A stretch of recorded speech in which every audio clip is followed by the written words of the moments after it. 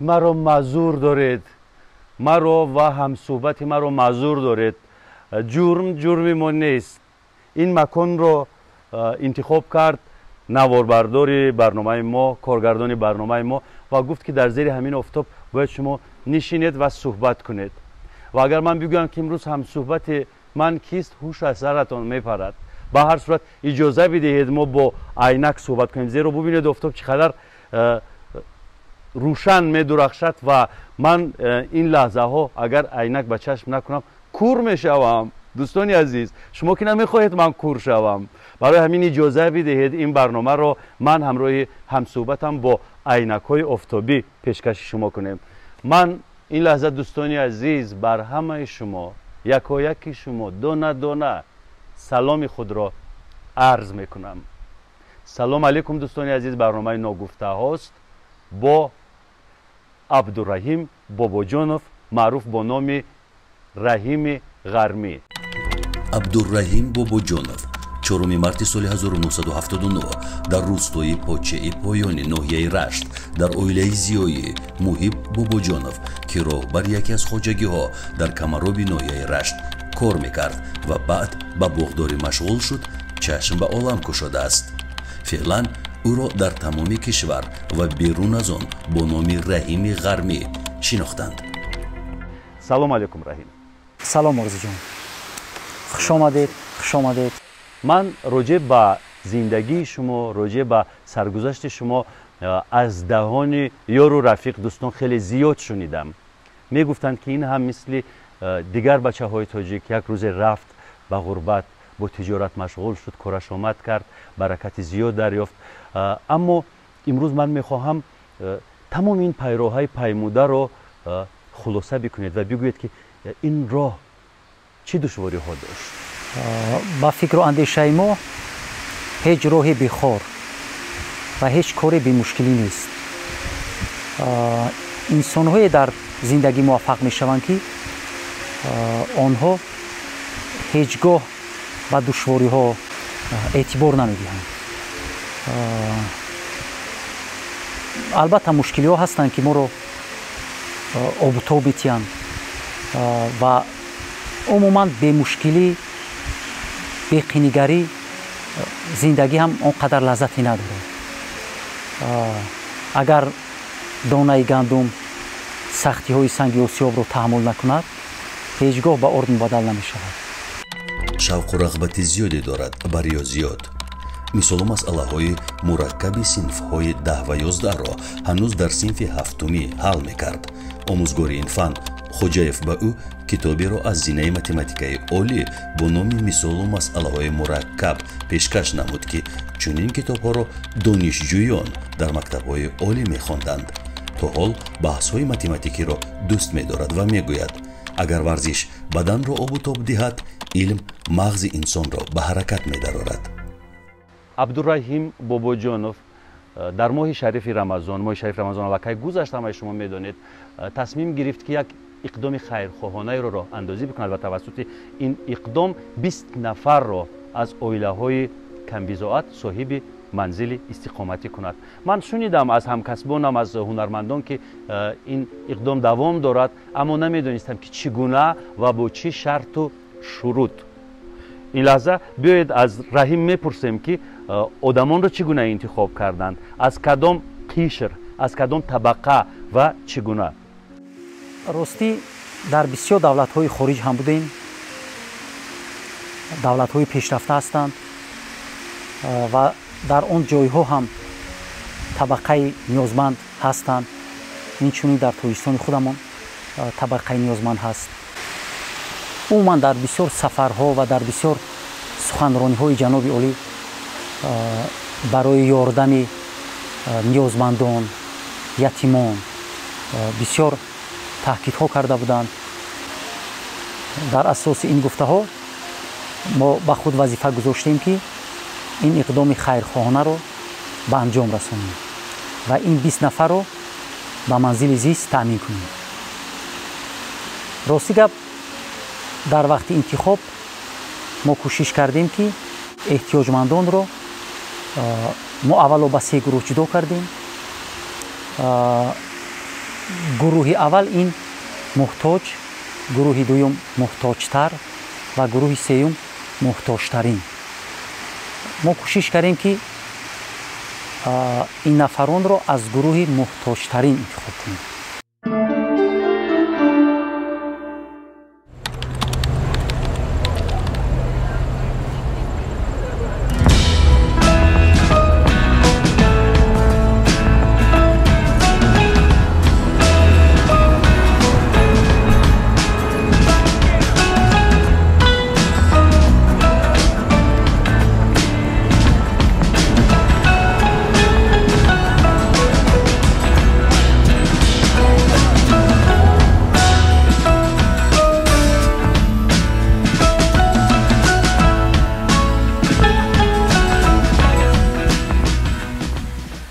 бахшида ба рӯзи ваҳдати миллӣ иқдоми хайрхоҳонаи соҳибкори ватанӣ раҳим бобоҷонов имрӯз ҷамъбаст мешавад.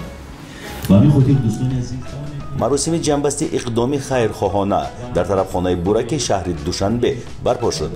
ҳарчанд абдураҳим бобоҷонов хост ки ин маросим пӯшидаву пинҳонӣ гузарад, аммо корбарони шабакаҳои интернетӣ аз ҷумла ҳунарпеша Саъди Исмоилов ва корбари интернет Қурбон Нигматов ки дар интихоби касони бенаво ҳисса доштанд, барои шаффофияти кори худ ва ташвиқу тарғиби некиву накӯкорӣ ҳамчунин инсонпарварӣ талош карданд то маросими ҷамъбасти иқдоми хайриявиро дар шакли як ҷамъомади дӯстона гузаронанд. ташаккур ба шумо. мо дуои шуморо гирифтем. акнун шумо соҳиби хонаи истиқоматии худатон мешавед. боз як қарсаки дигар.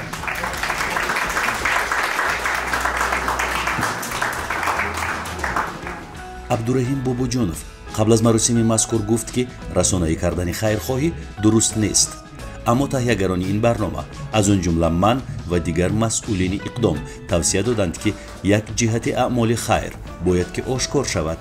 ин ҳам бошад ба хотире ки накӯкорӣ, гуманизм, инсонпарварӣ дар ҷамъият ба анъанаву одат табдил ёбад.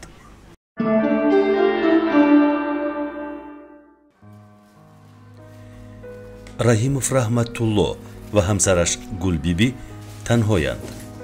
ягона фарзандашон аз дунё гузашт. солиёни сол азоби бехонагӣ доштанд.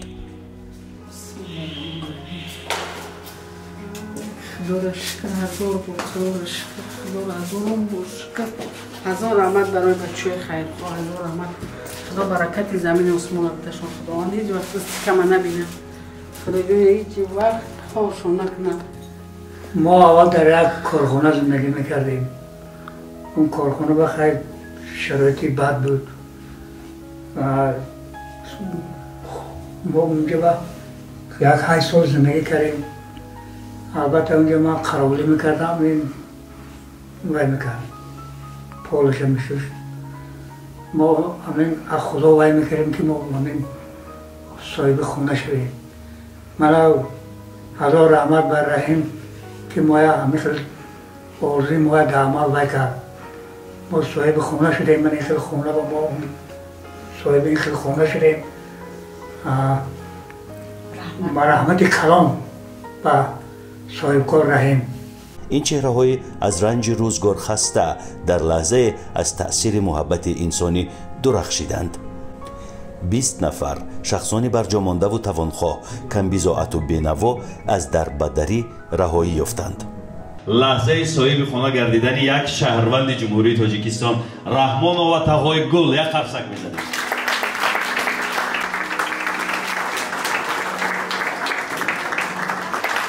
модари азиз биёед. худо парвардигор нигоҳбонтон шавад.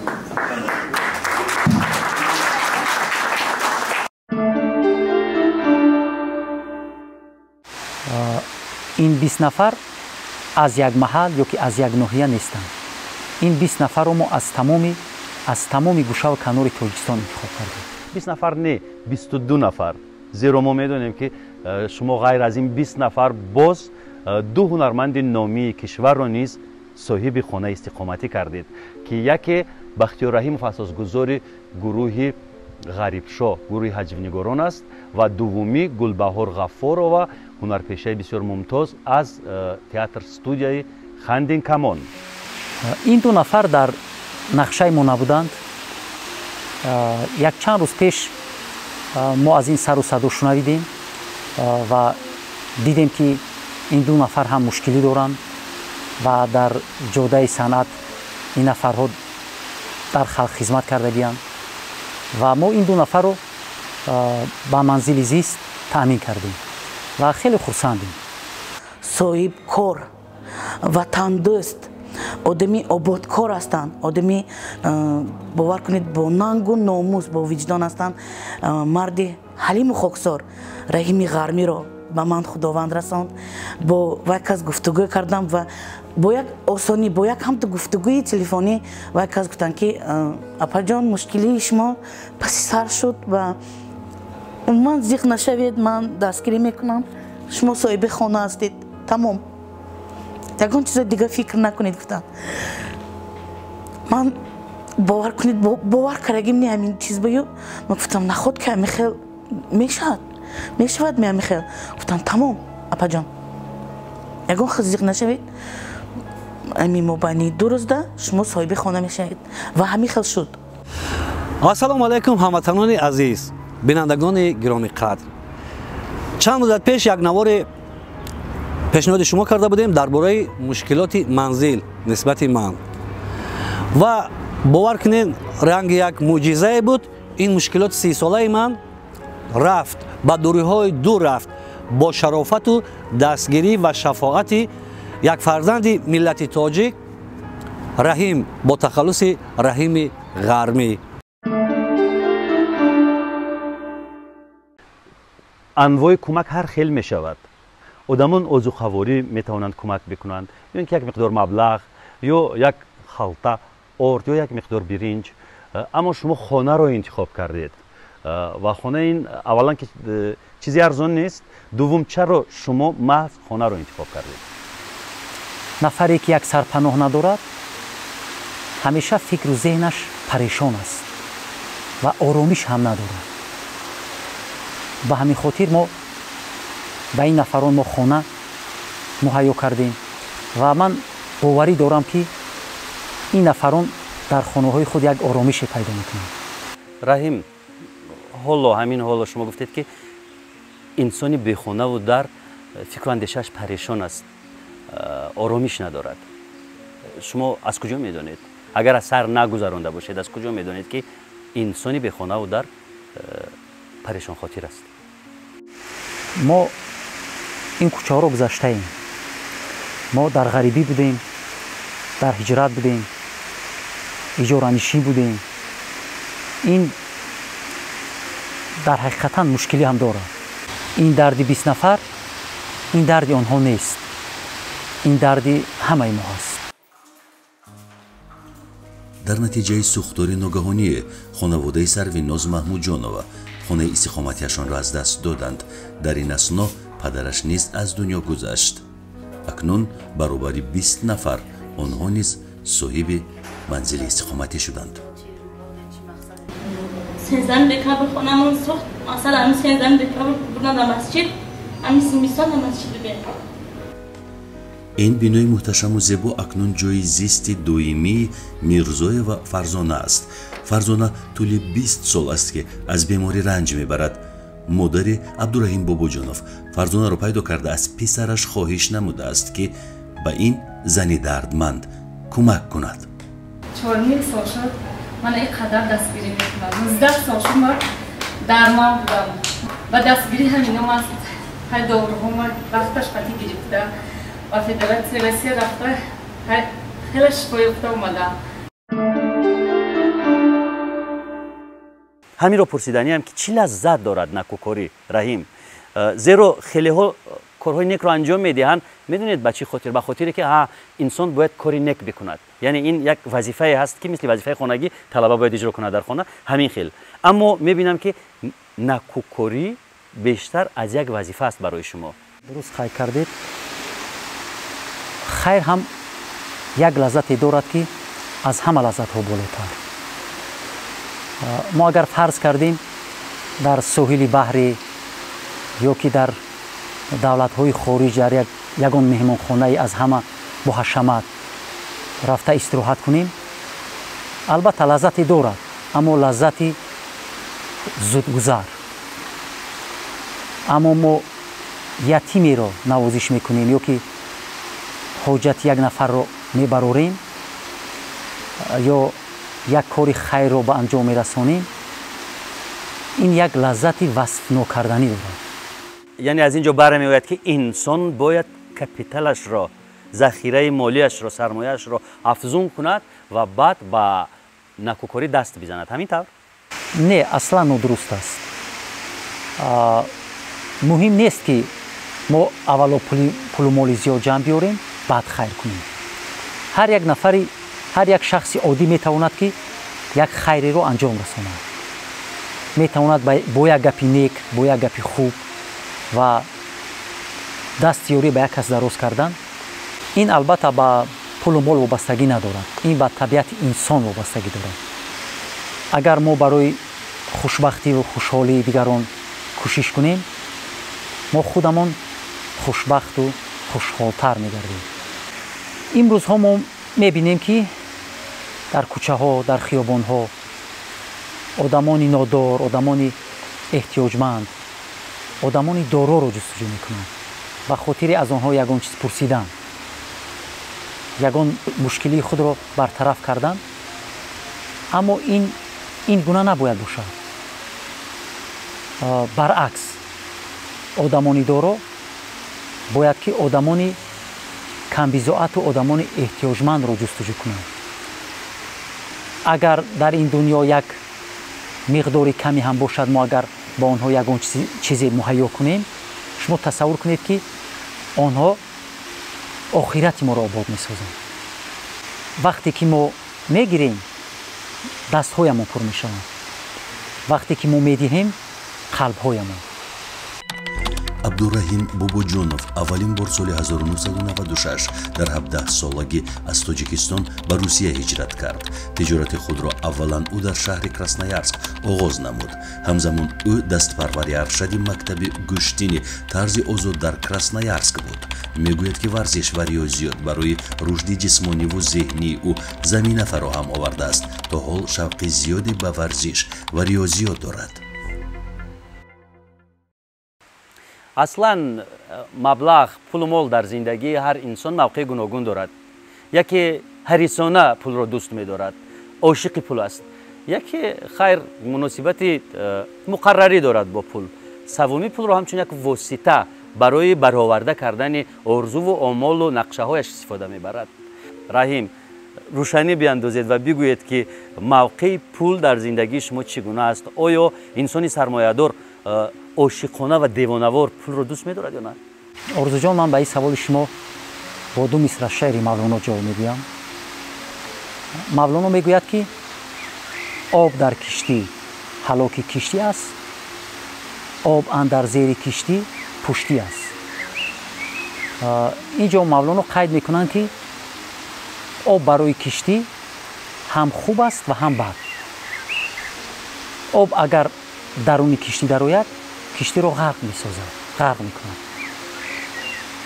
агар об зери киштӣ бошад, киштӣ ба як соҳиле рафта мерасад. пулу мол ҳам мисли ҳамин ҳаст.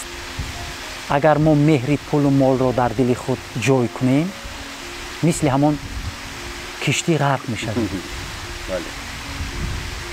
агар мо тарзи дуруст истифода бурдани пулро донем, мо ба мақсади худ мерасем. мехоҳам роҷеъ ба мавлоно бипурсам, шеърҳои мавлоноро дӯст медоред? беҳад. аз ашъораш ҷаҳон ҷаҳон маънӣ мебардорам. одина шоева гулнисо соҳиби хона шуд. ин зани бемор то кунун сарпаноҳе барои зист надошт. инҷо гулнисо шоду хурсанд аст. дар гӯшаи дигаре раҳимова файзигул аз ҳаяҷони зиёд намедонад чӣ бигӯяд.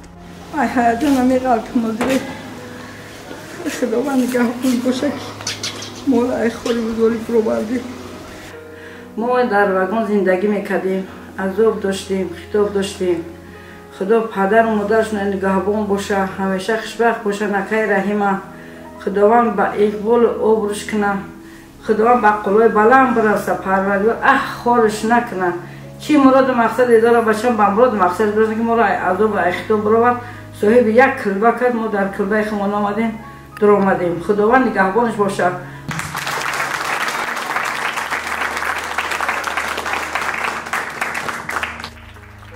در انتخاب 20 نفر احتیاجمندان، دوستان، برادران و همکاران عبدالرحیم باباجانов به او کمک کردند. به خصوص مادرش با مصلحت‌های سودمند در این اقدام حصه ارزنده دارد. این 20 نفر یکدیگر را نمی‌شناختند، ولی اقدام انسان پرورانه عبدالرحیم باباجانov آنها را عمرباد آشنایی داد و آنها فرح، تبسم و خوشبختی اهدا نمود. در مسئله خوشبختی یک روایتی هست.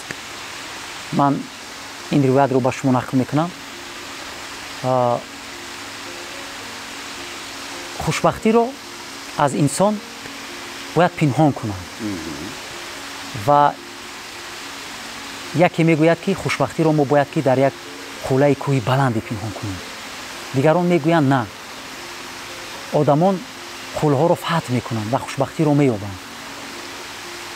و اینجا دیگری میگوید که ما باید که خوشبختی رو در زیر زمین پنهان کنیم.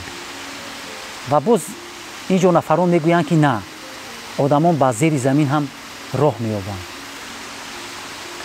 و نفر دیگر میگوید که بیایید خوشبختی رو در یک سیاره دور از زمین پنهان میکنیم. و باز فکر میکنند میگویند که آدمان با سیاره های دیگر هم راه مییابند، از آنجا خوشبختی رو مییابند. و در آخر یک شخص بزرگ میگوید که بیا ما خوشبختی رو در داخل خود انسان جا میکنیم. و ما میبینیم که این روزها آدمان خوشبختی رو در هر طرف، در هر کجا جستجو میکنند، اما نمیدونن که خوشبختی و سعادت در خود ماست. ما باید که خوشبختی و سعادت رو در داخل خود جستجو کنیم. دو مصرع شعر مولانا هم خوب قید کردند. بیرون ز تو نیست آنچه در عالم هست، در خود بطلب هر آنچه خواهی که تویی. یعنی اینجا مولانا به ما میگوید که اگر ما خود رو شناسیم خوشبختی رو پیدا میکنیم. آرزو دارم که انسان‌های واقعی باشند.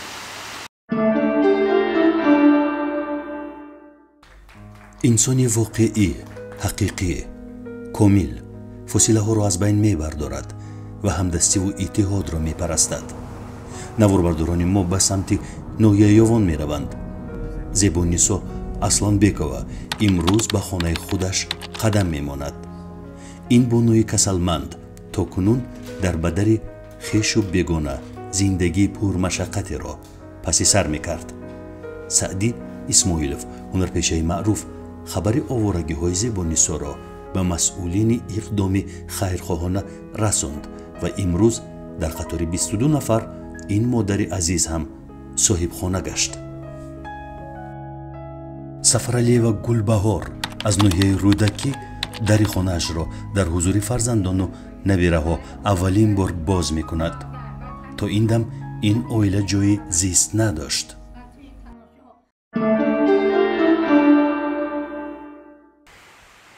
انسان‌های موفق تمام پیروهای پیموده‌شان را در یک عباره یا در یک جمله خلاصه برداری میکنند و این به شعار زندگی آنها تبدیل می‌یابد. این شعار را خیلی ها میخوانند.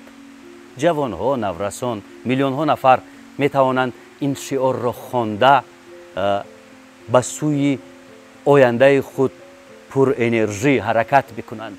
این شعارها یعنی هدایتگرانه اند و این شعارها خیلی ها را به دنبال خود میبرند. من میخواهم این زمان از رحیم بپرسم که شما در زندگی چی شعار دارید؟ بله، شعار من خدمت به انسانیت. نیست آدمی که به آرزو زندگی بکند. هر یک انسان فکر میکنه تا آخرین نفس زندگیش یک آرزوی کوچکی رو در دلش میپرورد. بعد این همه موفقیت ها شاید باز باشد آرزوی در دل شما که عملی نگردیده باشد. ما همیشه میخواهیم چیزی رو به دست بیاریم. آدم چیزی رو که به دست آورده نمیتواند دائما حریص است، میخواهد که به دست بیارد. وقتی که ما به دست میاریم میبینیم که یک چیزی عادی است، اما ما باید کوشش کنیم که رضایت خداوند و رضایت پدر و مادر رو به دست بیاریم. انسان وقتی که هر دو چیز رو به دست میارد همین خیلی که دنیا رو به دست آورده است.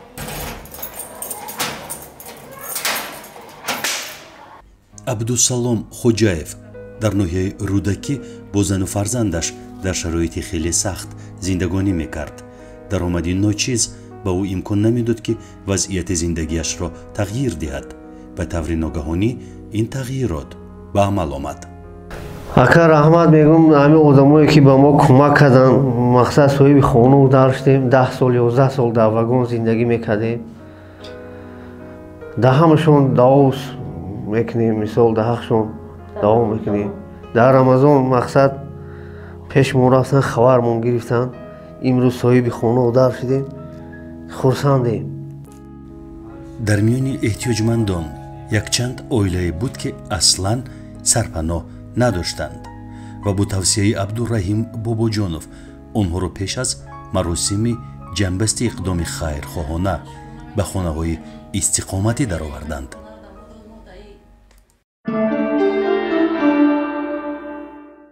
میخوام درباره برند بوراک بپرسم.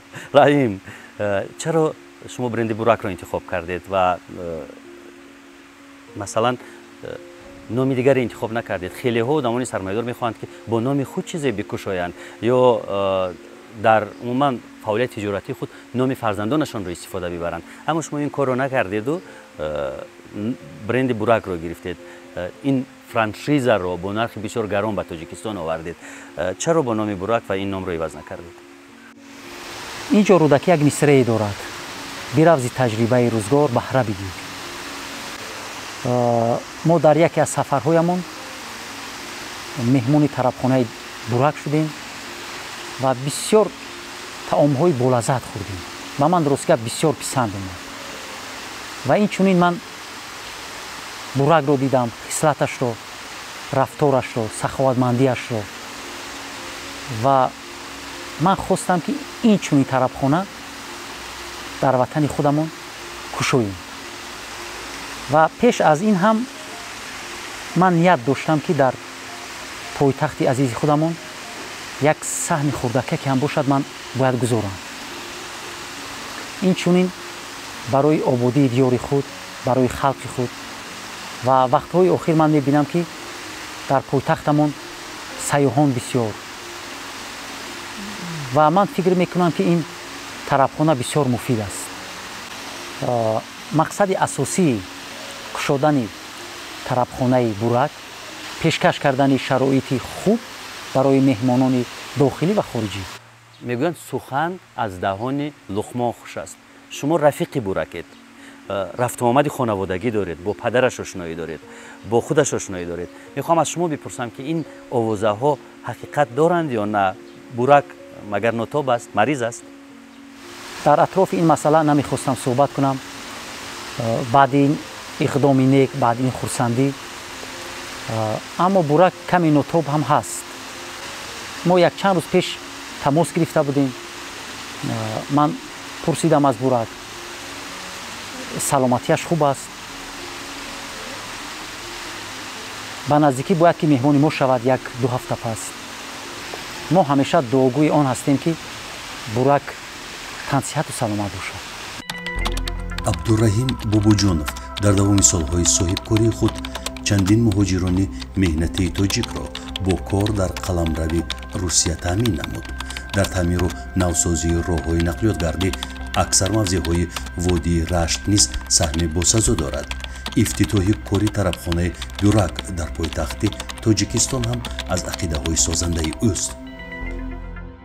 حالا همین حالا در برنامه ما امکانی بسیار وسیع است از خود رحیم بپرسیم که اکانت رسمی خودش چی است و چگونه است؟ آیا قید شده در این سامانه‌های اجتماعی در شبکه‌های اجتماعی یا نه؟ در یگان شبکه اجتماعی صحیفه ندارم. تماما. البته من میدونم که برای شما خوش نمیآید وقتی که یک نفر از نام شما حرف میزند و میگوید که من رحیم غرمی ام. خوشتون میآید؟ نه.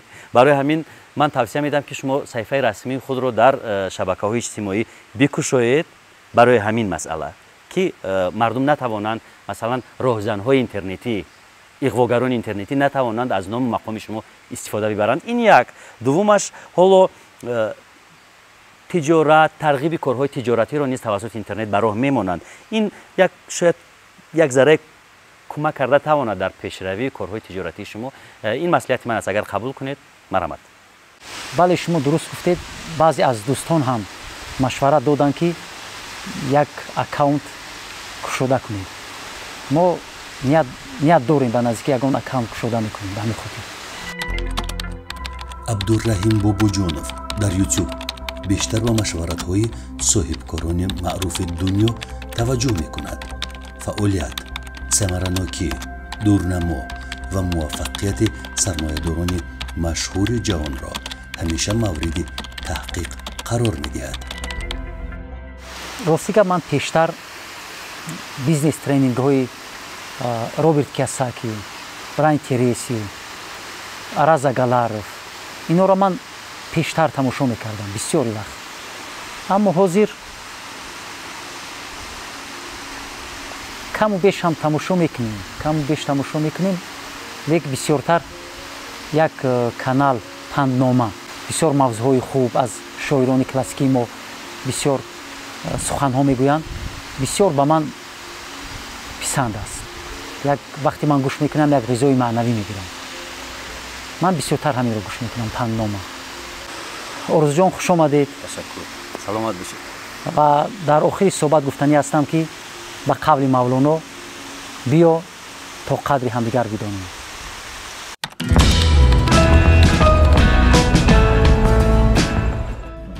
22 ایون سال 2022 در شهر دوشنبه در طرفخانه بیورک مراسم تقدیم خانه‌ها به 20 نفر عائله‌های ناتوان و کم‌بضاعت به انجام رسید.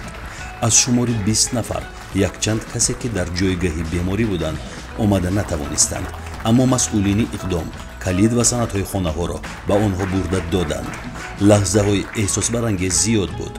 تبسم، اشک شادی، شکرگزاری، سخن خوب، دعای نیک جزئیات این جمع آمدی انسان پرورانه بود. حتی مشتریان بیورک که برای تناول غذا آمده بودند بی‌طرف نمانده این اقدام را جانبداری کردند. جمع آمد پیشاپیش سفر عبدالرحیم بوبوجانوف به خارج برپا گردید. این گونه اقدام در پیش روی خود از بین صاحبکاران کشور نظیر ندارد.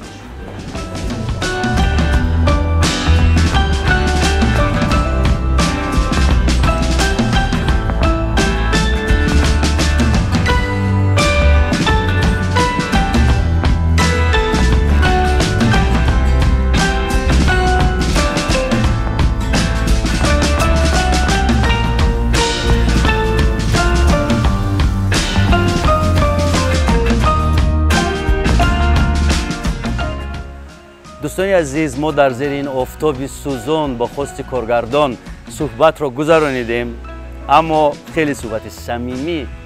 تشکر میگویم به عبدالرحیم بوبوجانوف معروف با نام رحیم غرمی برای صحبت خیلی زیبا، برای مولانا، برای این قدر اندیشه های نیک، برای این قدر نیت نیک و فکر و عقیده روشن. اینجا خداحافظی میکنیم عزیزان من تا برنامه های آینده. خیر.